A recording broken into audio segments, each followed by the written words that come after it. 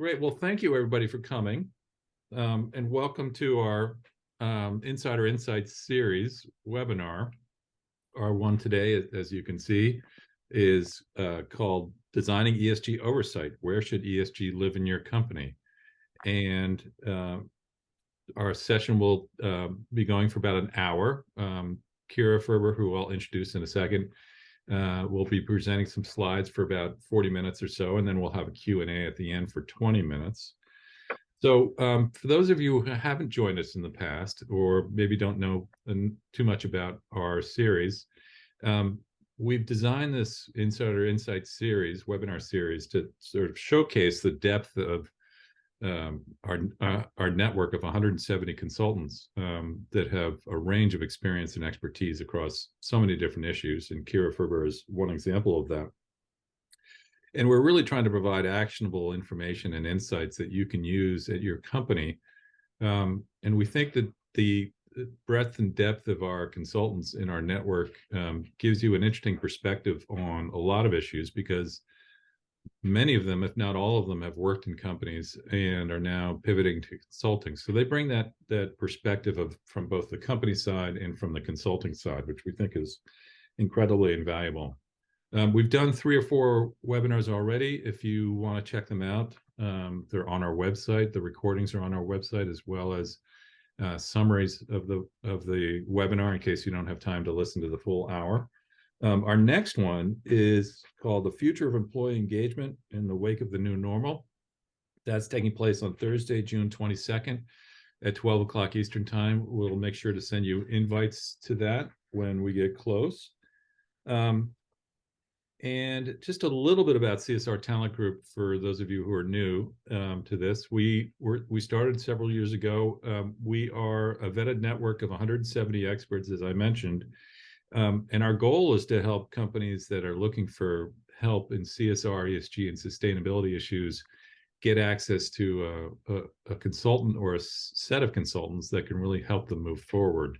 And unlike consulting firms, because we have such a large network and depth of expertise, we can bring a pretty good variety of types of people to a company for them to choose from, and to make sure we get the right fit and background that the company needs. So let me take a minute to introduce our speaker. Kira Ferber is a corporate attorney and is the founder of TOUCHSTONE ESG, where she advises asset owners in private, public, and pre-IPO companies on all facets of ESG strategy, implementation, and reporting. Kira has assisted Fortune 500 clients on a wide range of ESG matters, including corporate governance and oversight development, risk and priority assessments, and mandatory and voluntary reporting. Kira, did I leave anything out of that? Anything else you want to mention? I don't think so. I don't think so. Thank you so much, Tom. And thanks for having me. This is such a wonderful event and such a wonderful series. Well, let me just thank you. Yeah, no, you're welcome. Just a few housekeeping items before we start.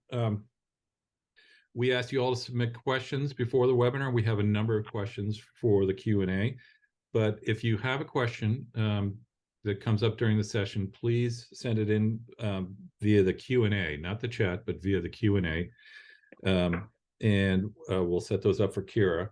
We're recording the session for those who are not able to make it, so if you have colleagues or people who you think might be interested in this, let them know that we will be posting this on our website, just like we did all of our previous webinars. And I think that's it. So let's get started. As I mentioned, Kira will present for about 35-40 minutes with some slides. We may have a few questions in between some of the stages of her presentation, but at the end we'll have about 20 minutes or so for Q&A. So again, please send questions via the Q&A during the session, and we'll make sure we get to them. All right, so Kira, let me hand it over to you. Thank you. Thank you so much. I'm really looking forward to getting everybody's questions. So definitely fire away. Thanks again, Tom and Sheila. As Tom mentioned, I'm a corporate governance attorney and the founder of TOUCHSTONE ESG, where I work on governance, strategy, reporting. But I do want to start by saying I'm a lawyer, but I'm not your lawyer. We're going to talk a little bit about some corporate law principles in the beginning of this morning. So please take care to do your own diligence. None of this is legal advice. If you do have questions or are looking for more resources, please feel free to reach out to me directly or to Tom and CSR Talent Group. So today we'll be zooming out and thinking about where ESG information lives within your organization.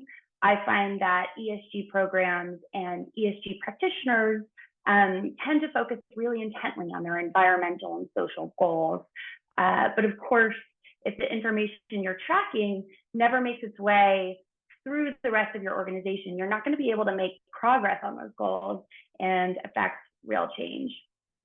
So first, we're going to take a look at the basic rules of the road for corporate governance and some of the parameters that guide companies, US companies, I should say. This is a pretty US-centric framework we'll be looking at for how to think about not just ESG oversight, but risk management and governance in general.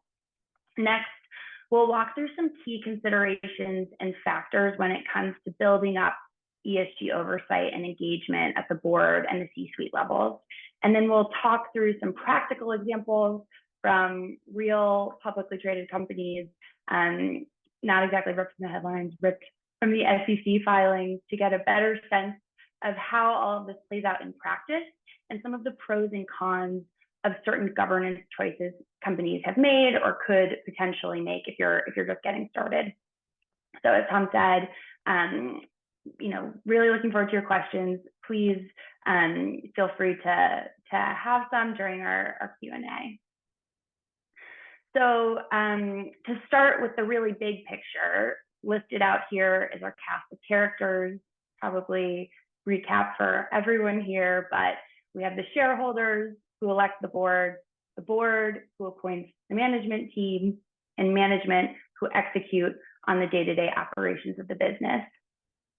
And I'm going to spend just a little bit of time this morning reminding us of the board and management's duties to the company and its shareholders. And I think this is important to kind of keep in the back of our minds, since it sets the bar for what any governance structure needs to consider, not just when it comes to your ESG oversight, but really for risk management and governance in general. So by way of kind of recap, for most of you, if not all of you, both the board and management owe fiduciary duties to the company and to its shareholders. And we'll talk just a little bit more about the duty of oversight in a minute. But all of this means that any ESG oversight model we create needs to ensure that both the ESG risk data that the company is collecting and the flow of that data through the company up to the board, it needs to facilitate informed decision-making and engagement. So again, a reminder here, your board is the ultimate authority for your company. It can never delegate away those fundamental duties that it has to the company and its shareholders. This is important to keep in mind, since we're going to talk a little bit later about the use of delegation and specifically the use of board committees to oversee specific ESG issues. And this is a really great tool, especially for public companies. But while the board can delegate certain oversight responsibilities to a committee of the board, it's not going to be able to give management that same degree of authority. That would be an improper delegation. So again, this is something just to keep in mind as we talk about roles and responsibilities for ESG oversight a little bit later on. And management, meanwhile, as we said, oversees day-to-day operations, and it's going to need to seek board approval for certain decisions outside of the ordinary course of business. And important for framing our discussion today is the duty of oversight, which I mentioned a little while ago. And it flows from those fiduciary duties of loyalty and care that we just discussed. The duty of oversight includes attention to risk management and oversight of compliance with law and other mission critical aspects of the business. And so this means at a minimum, an absolute minimum, the board needs to at least try to have a risk oversight system. And it also means that if that system turns up red flags, the board can't turn a blind eye to those red flags. And so, of course, when I'm talking about risk oversight, this includes ESG risk oversight. And just an interesting update here, earlier this year, the Delaware Chancery Court held that it's not just directors who can be held liable for failures in oversight. The court found that officers can also be held liable. And this particular case actually resulted from an ESG-related breach in oversight relating to sexual harassment in the workplace.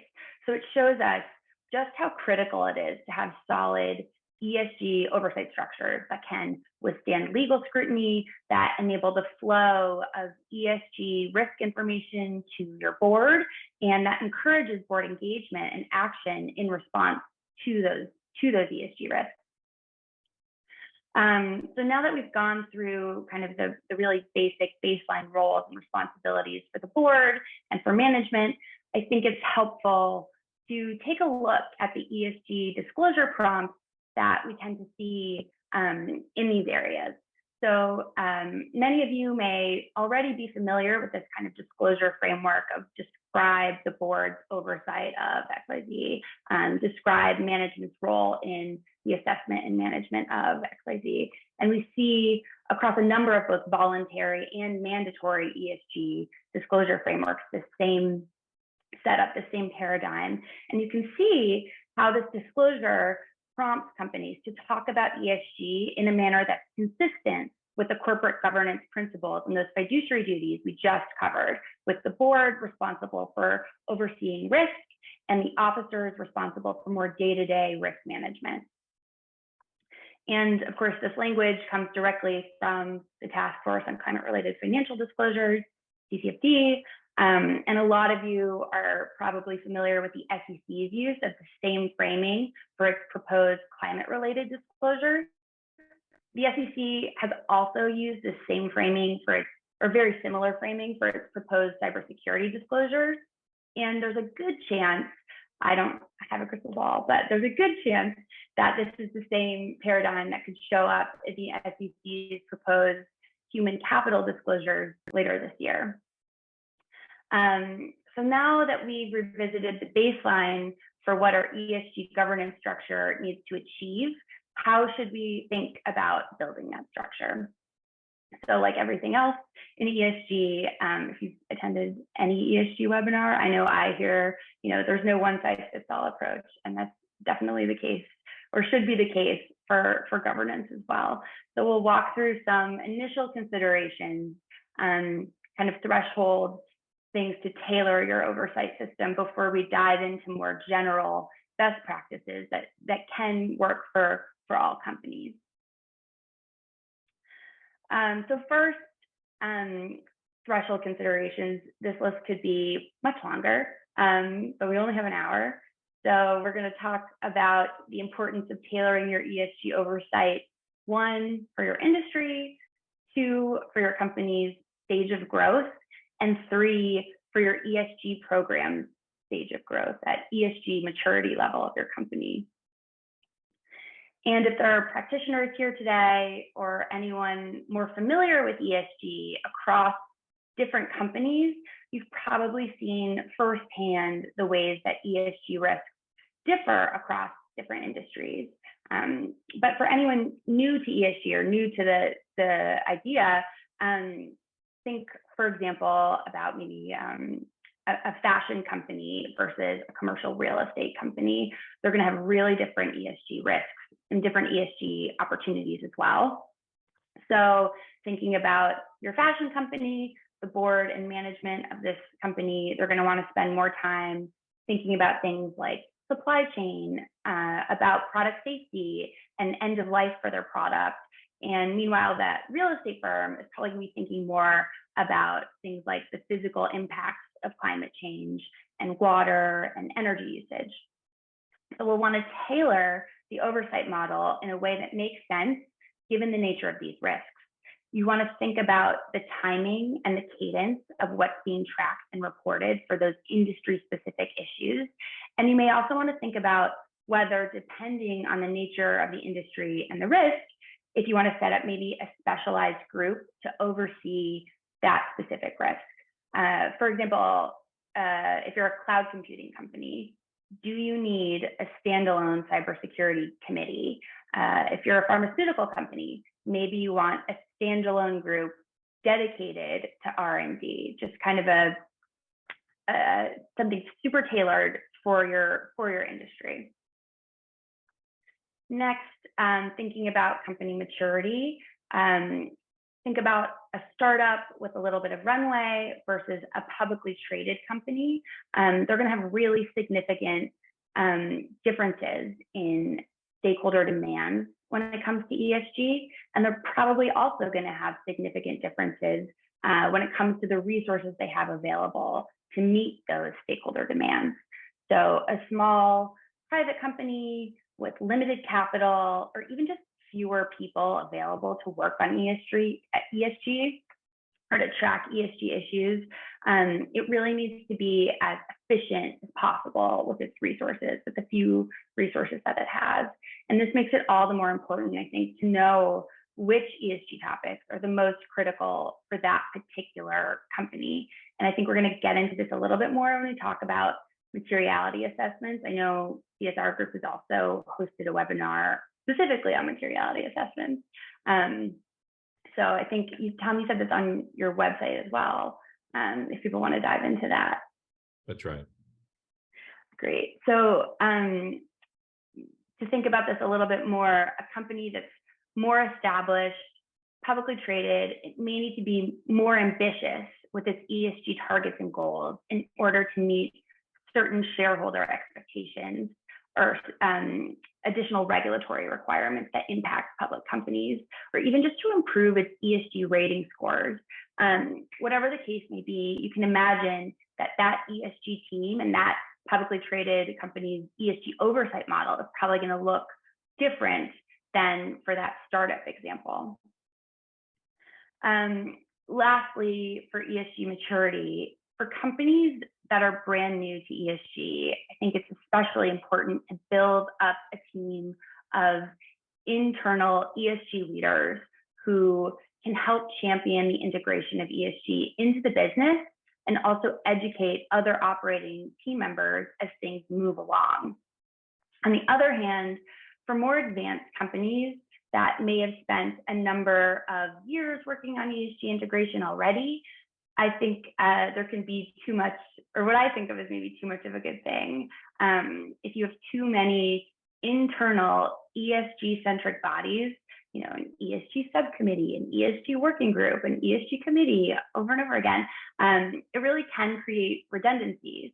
We'll talk about this a little bit more in some of the examples from real world examples later on, but you don't want to create, you know, more red tape just for the sake of having, you know, ESG centric everything. So moving into the more general considerations that we can think of across all companies once we've gotten through this sort of threshold questions. Before we think about where ESG should live in your organization, you want to think about the why, the what, the who of this work. So first, what values are guiding the decision-making around ESG in your company? And I'll talk more about what this means in a moment. And I shouldn't just say company, because this can apply to investors as well. But we know that ESG topics, they're complex, they're challenging topics. Starting an ESG program means it can be, you know, you can be making really difficult decisions between two kind of highly sensitive, highly fraught issues. These aren't easy choices. So having values, having some kind of system to guide those choices is important for a number of reasons, but thinking back to those fundamental fiduciary duties, and that the decision makers need to reasonably believe that a decision is in the best interest of the company and its shareholders. If they're following a guiding set of values, it can help frame how to think about that best interest of the company and its shareholders. Of course, this does not mean that if you don't have a value statement or a purpose statement or a mission statement, you're in breach of some kind. That's absolutely not what I'm saying here. But we will see in a moment just how this can be a really useful tool to guide ESG decision making. Next, you want to know your material issues. We've talked about this a little bit already, but the world of ESG has zillions of topics. I read about more every single day. No company can tackle all of them. It shouldn't tackle all of them. That's a terrible strategy. And no board member is going to be able to stay reasonably informed on all of them. We need to know which issues matter most to the company. Next up, who. You want to know who at the company has clear lines of sight into your ESG risks and opportunities. So once there's consensus on why the company wants to pursue ESG strategy, from its values, from its purpose, and which issues to focus on from the materiality assessment work, it's time to figure out who is going to be the line of first defense, who's going to be kind of in the trenches, boots on the ground for this work. So just to dig into each of these a little bit more, I think it can be easy to kind of dismiss things like values or purpose statements as just PR or just marketing. I know as a corporate lawyer, I used to come across them and think, oh, this is like kind of fluffy. But these values can be really valuable tools to guide ESG decision making. And any company, regardless of its size, should have a clear idea of its purpose and of its values. Even as a startup, a company needs to know why it exists, and it needs to know what problem it's trying to solve.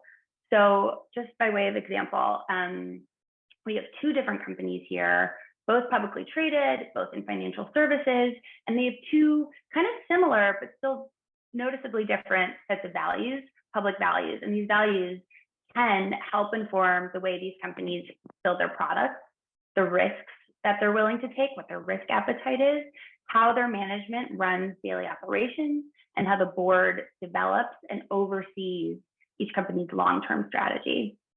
So having a purpose and a set of values can also help indicate the kind of tone that a company is setting at the top.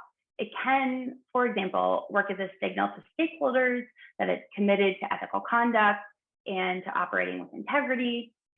You can see in these two different examples, Robinhood on the left, it has first principles thinking as one of its values. By contrast, American Express doesn't have that kind of, it isn't signaling the same kind of risk appetite, the challenge to the status quo. It's much more traditional. And so think about that in the context of ESG, who's willing to take more bold action. It's not a better or worse strategy, but it is a public guide for each company and how it wants to follow through on how it oversees and pursues ESG. So next up, back to the what, you need to know your material ESG issues. I'm not sure how many of you are familiar with materiality assessments. Hopefully all of you tuned into CSR Talent Group's webinar on the topic. I spend a lot of my time on materiality assessments or priority assessments. As we've already seen, it's really critical to narrow down the universe of material ESG issues for your company. Materiality assessments or priority assessments, however you want to call them, they're a really useful tool to help determine which issues are most important for your company to focus on based on feedback from your internal and external stakeholders. So here we have two different materiality assessment matrices. One on the left for the software company Xperi, and one on the right for cigarette manufacturer Philip Morris. These companies, of course, have completely different businesses. And so you can see how that's really reflected in the results of their materiality assessments. CMI's assessment on the right, it's prioritized topics like product health impact, like climate and sales. On the left, you can see Xperi's assessment shows that prioritizing things like DEI, talent retention, intellectual property. And I often get asked by companies or practitioners, what's the best place to start with ESG work?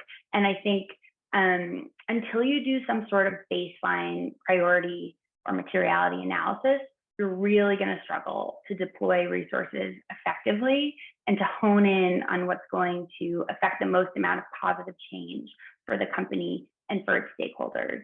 And again, going back to those fiduciary duties, staying reasonably informed. If you're a decision maker, you cannot hold a baseline level knowledge on all ESG topics. Not possible. Focus on your priority issues and stay engaged on those topics. So next up, building your team.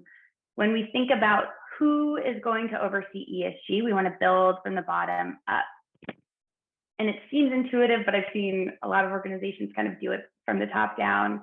And so you want to start by digging into the company and understanding at the most basic level which operators have lines of sight into the company's material ESG issues. You've done your priority assessment analysis, you know what kinds of data you're already tracking, what issues are mattering most, and the data that helps you measure those issues. And so who has lines of sight into those issues? What decision useful material ESG data is already being captured that might need to be reported up? What information is missing, needs more resources or effort to capture it? And what kinds of gaps exist? You also want to think about how all of this process is being documented. Do you have policies? Do you have procedures? Do you have guidelines for what data is collected, how it's maintained, how long it's stored? If so, how often is it reported? Who is it reported to? Critically, as this information starts to make its way through the organization, we also want to consider how the integrity of the information is being maintained. As it moves from person to person, is the information subject to internal controls? Is it auditable? Or is it all being put into a spreadsheet by one person on one person's laptop, and that person is about to go on summer vacation? And I think what's important here as a starting point is understanding your information ecosystem and finding out what are your weak spots, even if you don't necessarily have the resources to fix them today. That way you can kind of triage and prioritize where you need to get to work. It can be daunting, but having a sense of that information ecosystem is the right place to begin, I think. So next, moving to our next level up, and of course this is a 3-tiered pyramid, but based on the growth stage of your company, the size of your company, maybe you're a startup, you only have 2 tiers. You're a much larger organization, you're a conglomerate, you have a number of different levels. But regardless of size, you want different business functions to have some kind of centralized mechanism for sharing information, for communicating risks from the different segments of the business up and throughout the organization. So you're really working to avoid information silos. And that's not to say that all information needs to go to everyone. There's downsides to that, of course, but there should be a place in the management structure that has a 360 view of ESG risk and ESG opportunities, and also has thought partners for digging deeper into those risks and making sure that they're getting addressed. This is super, super important in the context of disclosure. I know you talked about disclosure, Tom, last week, but or in your last webinar, but particularly for public companies, I've seen instances where SEC filings say one thing about ESG and the impact report says something completely different. We really want to avoid this. I mean, I don't need to repeat it, but we want to avoid this at all costs. If you take one thing away today, please take this, that having a centralized ESG function that talks to both the CSR side of the house, the impact side of the house, whatever it's called, and the legal side, the compliance side, is super critical, not just for avoiding that kind of like SEC related liability disaster, but also for maintaining your credibility with both your internal and your external stakeholders. So have a centralized function, make sure you're talking to each other. Lastly, at the board level, you want to think about how the board is getting access to all of this information we're gathering. Are there written policies and written procedures in place to document the flow and the integrity of the information from the operators to management to the board? You also want to think about the board having access, if it needs it, to sufficient external information. So, for example, is the board sufficiently educated on the topic of climate to evaluate the company's internal climate information and risks? You can gather all this fantastic climate data, it makes its way up the chain, it gets to the board, and you have a board that doesn't understand what they're seeing. What kind of baseline information do they need in order to understand, potential red flags in this risk system that you've spent so much time building? So, do you need to make sure, for example, that your nominating and governance committee is bringing in outside experts to brief the board on these kinds of ESG risks? Kira, quick question. We got a question from the audience about management level ESG steering committees and whether they're common. And I'm just wondering if you could talk for a second about the structural concepts behind how the board and especially management communicate with each other. Are there multiple committees? Does there tend to be one ESG committee? Is there a steering committee, within the management team? What does that look like? Or is that what you're about to get into with the practical examples? Yeah, this is the perfect segue to the practical examples. We'll talk about this exact issue. Right. I think, like I said before, it's not one size fits all. A lot of companies have steering committees, have ESG, specific committees, and I think that can be a great approach. But it all depends on, what information went into making that decision. Are you doing it kind of reactionary because maybe you got dinged by an ESG ratings firm and you're like, oh, we need to do all the ESG now. Let's have a steering committee and a management committee and 5 different committees. How big is your organization? How well integrated is ESG your organization already? Because if it's fully integrated and it's just part and parcel of the business, having 5 different layers of ESG specific focus maybe doesn't make the most sense. Then again, if you're developing a lot of ESG products, we'll see one organization in our practical examples that has a lot of ESG focus structure, and I think it makes a lot of sense for that particular organization. So I'll dive into this just a little bit deeper when we go through some of our practical examples from the real world. Okay, thank you. And I should, oh yeah, of course. Great question though. I should preface this part by saying that these are pulled directly from SEC filings. These are, I'm assessing these just based on my complete outsider opinion. I haven't worked with these particular companies. I've anonymized them. They come from, a whole bunch of different industries, and they're in different phases of ESG maturity. So another thing to keep in mind here is that we're just seeing the disclosure. What's going on internally could be completely different. It could be much more robust. It could be much, less robust. We really have no way of knowing. But with that in mind, going back to our refresher and the roles of the board and management, we'll take a look first at how certain public companies have chosen to delegate oversight to certain board committees, or I should say ESG oversight to certain board committees. So this shows the breakdown of how board committees oversee a select number of ESG topics. I should also say that this particular breakdown doesn't show instances where the full board maybe takes on ESG oversight as a whole, and it also doesn't show where a full board or where the board hasn't taken it on at all. So some grains of salt for this image, but you can see there are a few general trends generally, it's the Nominating and Corporate Governance Committee that's given responsibility for climate change oversight. We also see a lot of cybersecurity responsibility given to audit committees. It looks a little bit more of a mixed bag when it comes to things like ethics or company culture. And also you can see this is a little bit, this is older data, this is from last year, which maybe doesn't seem like that long ago, but given the pace of ESG, I imagine things have, probably changed pretty rapidly. So something to keep in mind. So diving into our examples, I see this kind of structure a lot with companies that are kind of early on in ESG, which is essentially to throw all of ESG into one committee, typically the Nom and Gov, the Nominating Corporate Governance Committee, call different things at different companies.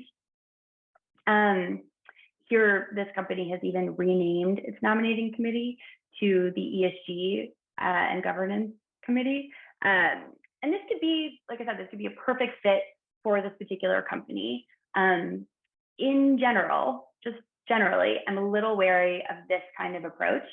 I think there's a lot of risk to lumping in all ESG kind of one category and giving it to one committee. There's potentially a risk of having information siloed to that one committee of the board. It's going to be hard for every member of that committee to have a strong baseline understanding of every single ESG risk topic at the company. And keep in mind, those risks probably change depending on the nature of the business. It's also really important for the full board to be engaged on the company's high priority ESG risks. And so if ESG is sort of out on an island by itself, is the full board getting access to information, to kind of high priority risks? This is a kind of highly reactive model I mentioned, where maybe there is an issue with ESG ratings, and did the company take time to really tailor its ESG approach to its actual risks and opportunities? You can see there's a few places where there are these kinds of awkward overlaps in oversight between the committees here. Audit is responsible for corporate policies, but the ESG committee is responsible for corporate governance guidelines. It doesn't necessarily make sense for these things, which are not so wildly different, to be overseen by separate committees. It's almost like, the ESG committee, they're like, oh, well, we have to have some G in here because that's their purview. We'll put it over here. Also, this disclosure doesn't mention which committee is handling ESG reporting. Should that be audit, since they handle financial reporting? Should that be the ESG committee, because there are all things ESG experts? It's really unclear from this disclosure. And like I said, other things could be going on behind the scenes. We just don't know. But I think this disclosure is a little bit unclear.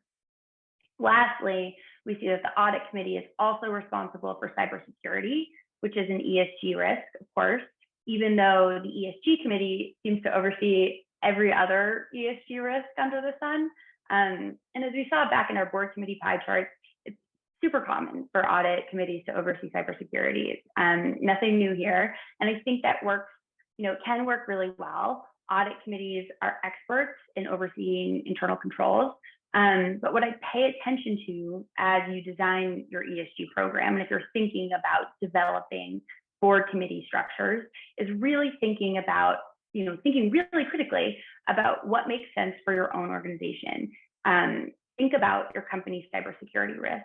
Think about the director's expertise and the number of other responsibilities that might already be on your audit committee's plate. If you have a super overloaded audit committee, and there are a lot of legally required things that audit committees have to oversee, if they're really overburdened, maybe it shouldn't live there. Maybe it should live in another committee.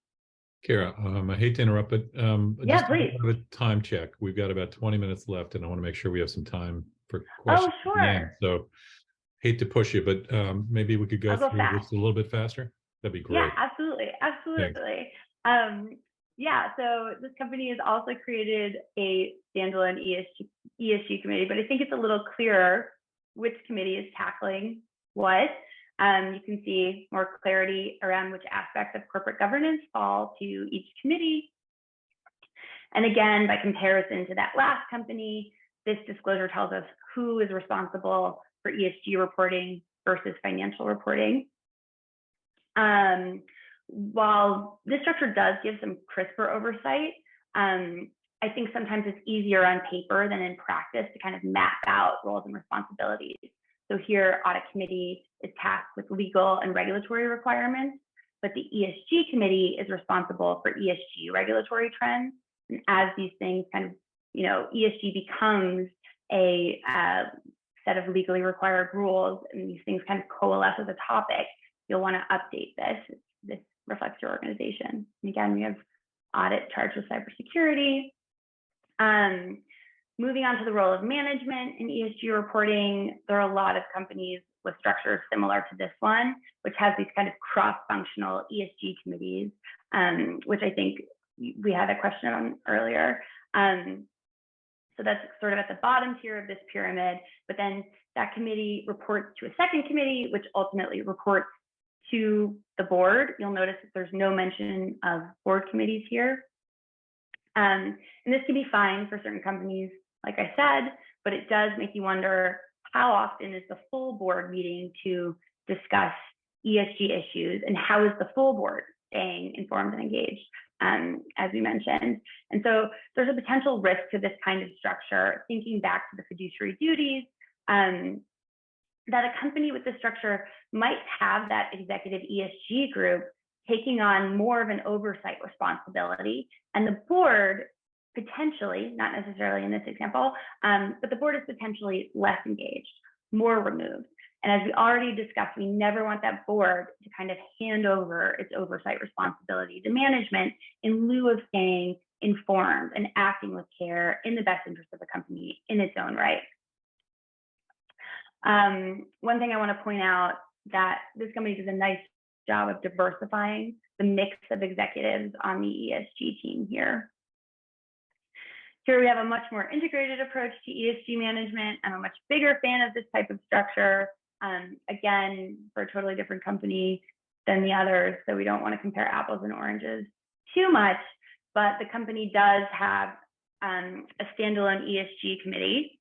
You can tell, though, that just by the way this structure is organized, that the company sees ESG as kind of part and parcel of its overall risk management strategy. This is that company I was talking about, where just because they have a lot of ESG-centric bodies doesn't mean that they're creating red tape. You can kind of see how they've dedicated clear responsibilities that flow through these different committees and still flows up to the full board. Then on a management level, there are multiple dedicated bodies to tackle different aspects of the company's climate and ESG strategy. Information flows to and from these bodies to more operations-specific groups. And I think this is a really well integrated approach to ESG. I think I can say this company is a financial services company. It's been working on ESG for a very long time, and I think it shows. So what can companies do today to get started? Number one, said it a million times, but I'll say it again, know your material issues. Figure out the specific topics that your business needs to pay attention to. I'll say that generally, it's also worth investing in assessing your carbon footprint, since climate and carbon emissions are going to be pressing topics for most companies and your stakeholders. Next, once you figured out what you need to know, take a look at what you're doing now. Are you collecting any KPIs on these material topics? Are there topics where you don't even know where to begin, what to collect or how to collect it? And consider who is in charge of that kind of information, or who should be in charge of that information. How often is it collected? And importantly, how often is it moving up the chain of command? Do you have policies and procedures in place that govern all of this? Lastly, and relatedly, think about where information needs to flow out and up to the C-suite or to the board. If you already have an ESG program in place, is it mostly centralized? Do you have a truly cross-functional group that has a holistic 360 view of ESG at your company? How often are they communicating their risks to the board? And how engaged is your board? What policies, what procedures? Do you have charters How are you documenting all of this? This is such a dense topic. I'm really looking forward to hearing all your questions. So let's move into some of the Q&A. Oh, I think you're on mute, Tom, or maybe just for me. Apologies. Thank you, Kara. That was excellent. And sorry to rush you at the end there. No, I'm happy to. Yeah. We have a number of good questions here. Let me just read the first one. So thanks for this excellent presentation. How do you see the role of investors in bringing up and ensuring oversight of ESG risk? I'm particularly curious about young companies, for example, later stage startups and their VC investors. This is an excellent question. Okay, well, if you have investors on your board, hopefully this presentation has helped inform what that can look like if they're actual directors of your company. But investors generally can provide excellent resources for young companies. If you are kind of cash strapped, you don't have a ton of personnel, you don't have a ton of spare energy to kind of throw at ESG, a lot of companies, or a lot of investors rather, provide resources or are willing to provide resources to kind of help set up ESG from the get-go, from the jump for their portfolio companies. There are some amazing resources as well for startups that kind of templatize certain aspects, which not my favorite, but it's a great place to start. And I think the role of investors is really critical in kind of setting the tone, setting the expectation for companies that, this is a critical thing to nail from the very beginning. And I'm addicted to like the Elizabeth Holmes stories, kind of like the WeWork stories, things where ESG just completely goes off the rails. I'd rather not have so many stories available to have on Netflix.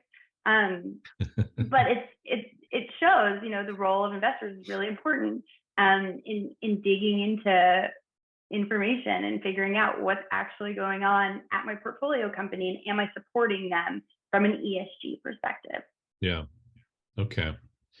Thank you. That's excellent. So another question was, where should smaller companies, maybe recent IPOs, start with ESG oversight? Should companies consider setting up standalone ESG committees pre-IPO, or should they form ESG committees as they mature? Wonderful question. If you are post-IPO and you're just starting to think about ESG, it's not too late. But I really wish you had called me before you IPO'd. It's never too late, but sooner the better. When it comes to setting up ESG specific committees, if you're brand new to ESG, I think it's a great place to start. It can make sense. You've got to think about all the things I've talked about, which is the size of your company, what is your industry, what are your actual ESG risks?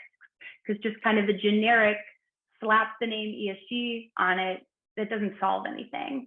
But I think having some centralized body is super important, and it can be the right place to start.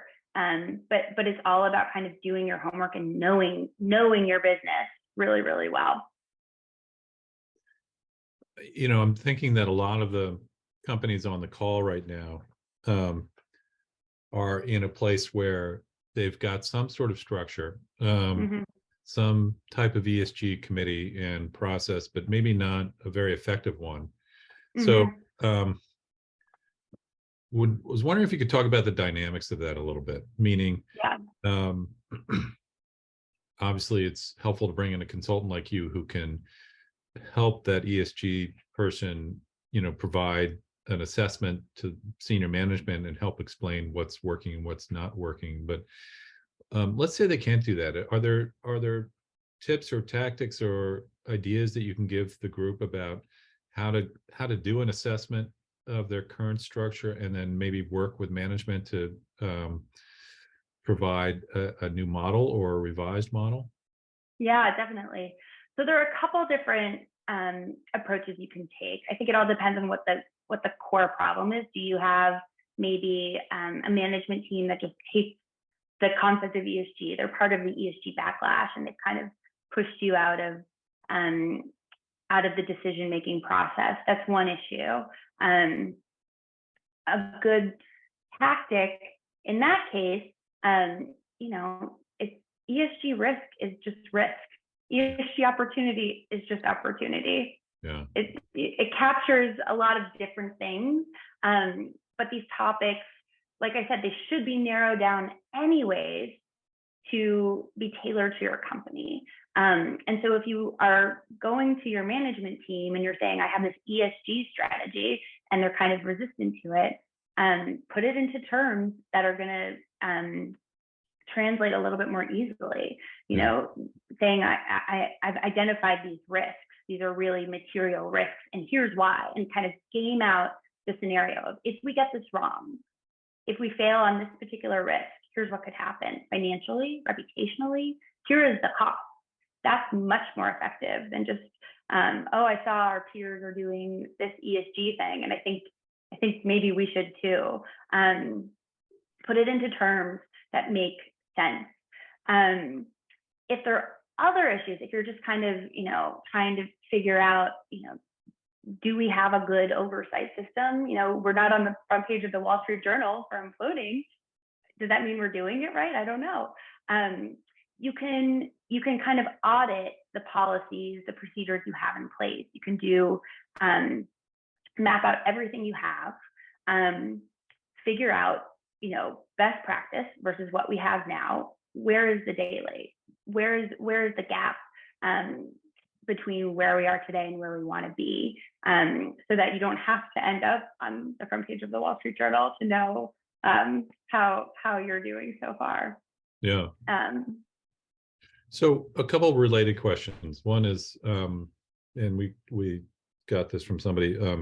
How often should you be reviewing your governance program? Or maybe sort of an add-on to that is, when's the right timing to do that? Obviously, there's certain times of the year when you may get the attention management, and other times when you might not. And then two, you mentioned best practices, and I know you provided a lot of examples here today, or ideas about what models look like. But if somebody's looking for ideas about best practices, are there sources they can go to and places where they can find ideas about effective governance structures? Yeah, and that's a great question. So your first question, I'll do it in parts. Okay. Second question is about resources and where they should go. And the first question is about when they should be reviewing their governance models. And I think there's no perfect answer that's going to be right for every single company. It depends a lot on your size, how fast are you growing, are you adding new offerings, are you adding new business lines, are you going through some kind of huge merger? Do you have, is it reactionary? Have you identified an issue and you realize we have a real problem in our oversight and we need to build this out? And that's not, that's not uncommon. That's super common to identify an issue in one area or one topic and then realize, oh, maybe, we've been overlooking in other places. Let's be proactive about this and build it out. I think, pre-IPO, you definitely need to do a full inventory of, who are we and how are we reporting things? You're about to go through a massive change.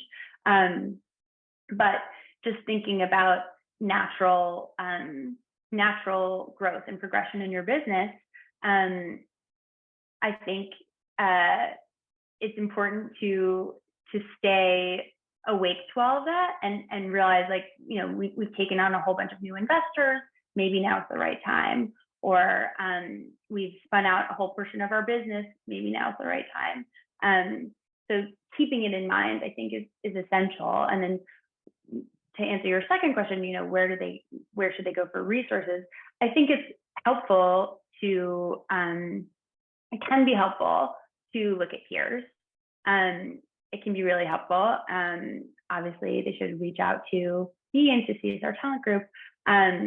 but there are benefits to looking at what your industry peers are doing, Yeah. to similarly sized companies, even if they're not in your exact industry, to see how they're managing their own governance structures and ESG oversight. Yeah. We just have a few more minutes. So one last question, and then we'll wrap it up. You sort of touched on this a little bit, but with the SEC climate rules, what are you seeing companies do to adjust or maybe rethink their structure a little bit, given those impending rules? I think the number one thing I'm seeing is where ESG reporting and climate specific reporting lives. I think a couple years ago, it was really common for it to just live with your sustainability group, maybe with whatever team was putting out your impact report, or similar. And now it's very much, and I think rightly so, moving over to finance, moving over to legal and compliance, because all of that information needs to be SEC ready, needs to be subject to internal controls. That's definitely the number one change I've seen.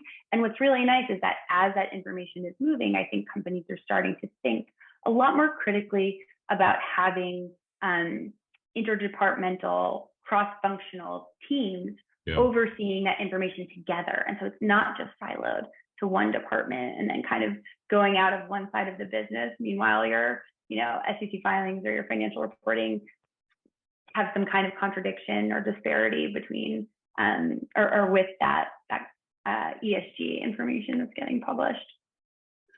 Great. Well, Kira, thank you so much. That was fantastic. Thank you. Really appreciate you taking the time to do this. And just to remind everybody, we have recorded this. This will go up on our website, and we'll do a summary as well. So if you have colleagues who missed it or anybody who think might be interested, please let them know. Also, just in closing, Kira is a great example of the type of expert we have in our network. And as we're discussing today, everything's getting a little more complicated. So it's great to find somebody with the depth of expertise and experience that Kira has. So let us know if you need help with anything in the governance area. But also we have a number of people that have expertise in ESG broadly, materiality assessments. We've done a lot of impact reports, carbon footprints, KPIs, wherever you need help, we can call on the network to help you. So thank you all for attending. Let me know if you have any questions or if there's any follow-up you want to do. We'd be happy to help you. And Kira, once again, thank you so much. That was fantastic. Thank you so much. All right. Have a great day, everybody. Take care. Bye, guys.